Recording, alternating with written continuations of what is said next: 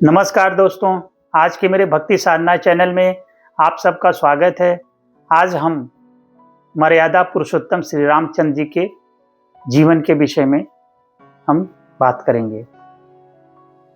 भगवान श्री रामचंद्र जी का जीवन के विषय में कई लोगों ने ग्रंथ लिखे, पुस्तकें लिखी, लेकिन गोस्वामी तुलसीदास जी रचित रामचरितमानस हमारे जिंदगी, हमारे जीवन के लिए बहुत अच्छा प्रासंगिक, जिसमें चौपाई, दोहा, सोरठा, कुछ श्लोक रचित किए।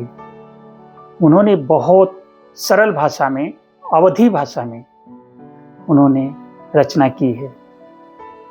उनके जीवन का सबसे सुंदर काव्य जो कि हमारे सनातन धर्म में माना जाता है, रामचरितमानस।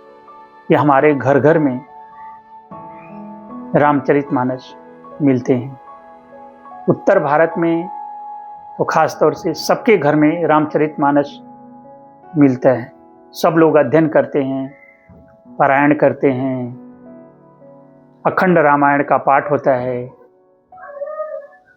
हम सब देखे हैं रामचरितमानस में कुल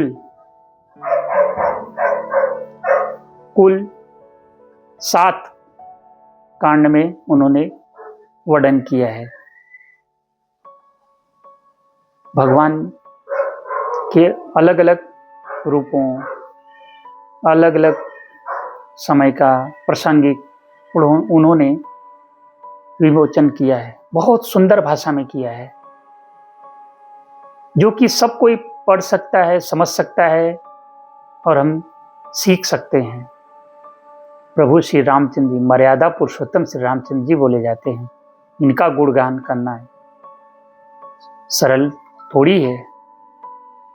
इसके लिए लिखते समय गोस्वामी तुलसीदास जी ने भगवान श्री रामचंद्र जी का प्रणाम किया, माता सीता का प्रणाम किए,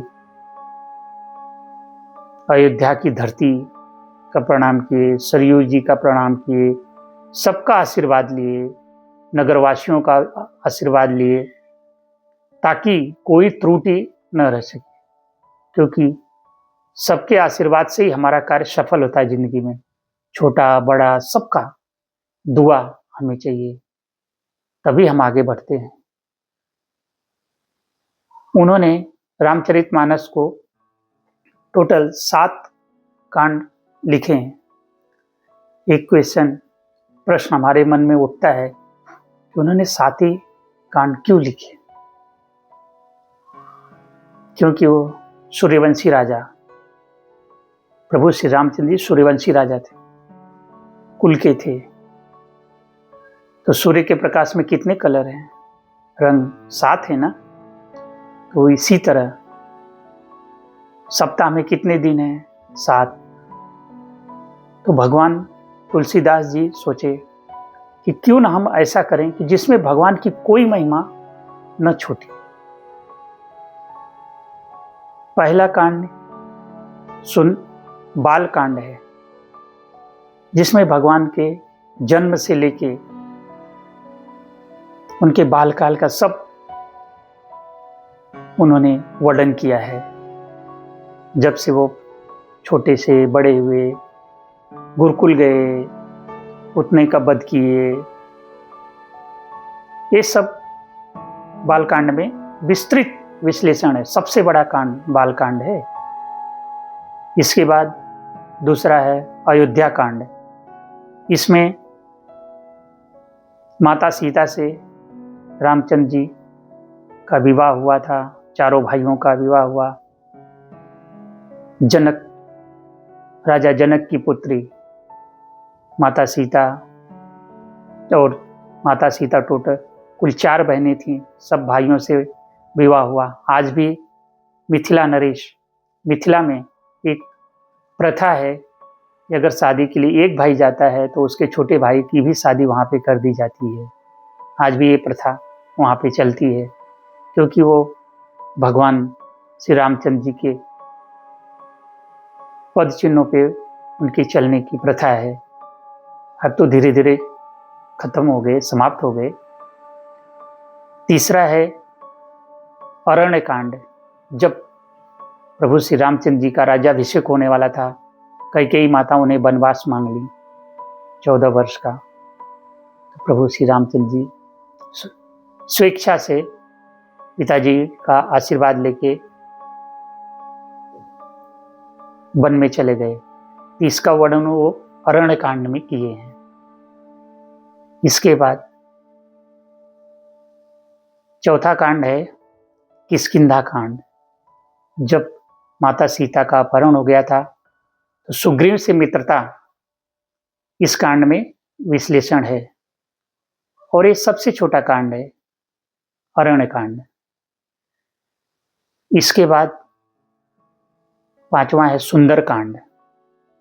जैसे नाम ही सुंदर है भी सुंदर, इसमें भगवान राम से पुरुषोत्तम राम बनने की पूरा विश्लेषण तुलसीदास जी ने सरल शब्दों में किए हैं। छठा है लंका कांड। इसको दूसरे नाम से भी जानते हैं युद्ध कांड, जिसमें प्रभु श्री रामचंद्र जी ने लंका के राजा रावण को मारे, उसके भाई विभीषण या कुंभकर्ण को मारे, मेघनाथ मारा गया, और सीता माता को रामचंद्र जी से मिला दी।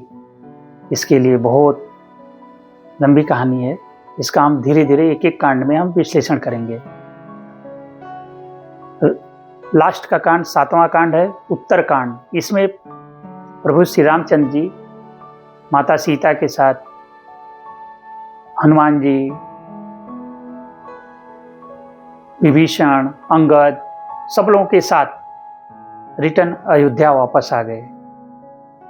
इस कांड में प्रभु श्री रामचंद्र जी का भरत से मिलना, भरत मिलाप और भगवान श्री रामचंद्र जी का राज्याभिषेक, सब कुछ इसमें वर्णित है। तो ये हुए रामचरितमानस के 7 कांड। अगले वीडियो में हम एक एक कांड का विश्लेषण हम आगे करते रहेंगे। आज का इसी अंक के साथ मैं आप सबसे विदा लेता हूँ। आई होप मेरा ये वीडियो आप सबको बहुत पसंद आएगा। जय श्री राम।